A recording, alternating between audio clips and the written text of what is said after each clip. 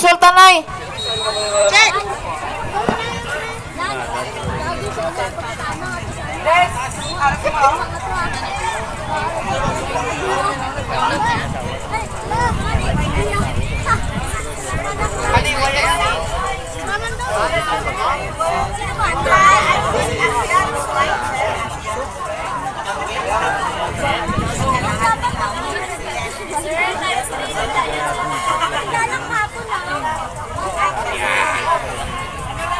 Bida! Hiyat Yo. ka.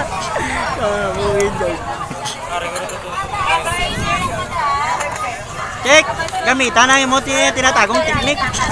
Ang pinagbabawal nga teknik mo lang, check. Ang pati brief, pukret. Oh, tayo. Ipo, kaparehas pala ng pati referee. Pasahin nyo, referee ah. Prasigina to, natalaan pa. Kaya sinala. Binuyaan nila kay Galea kontra.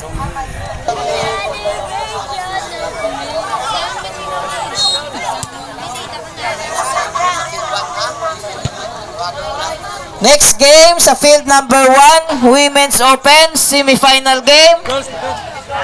CPFC and Peacekeeper. Again, next game sa field 1, Magampang kami karoon niya. Aniway Strikers.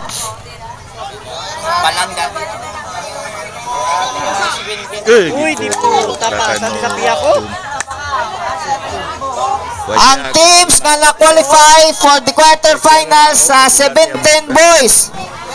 Group A, GCFC and Ateneo.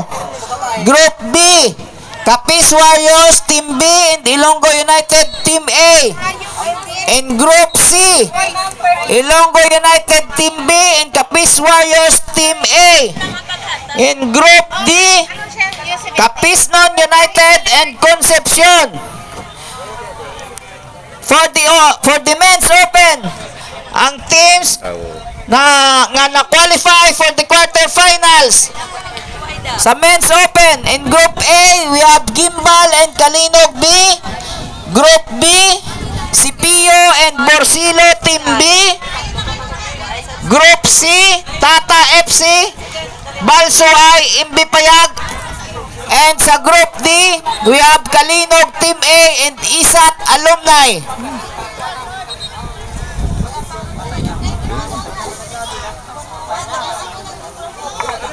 Pusdak. Ipo.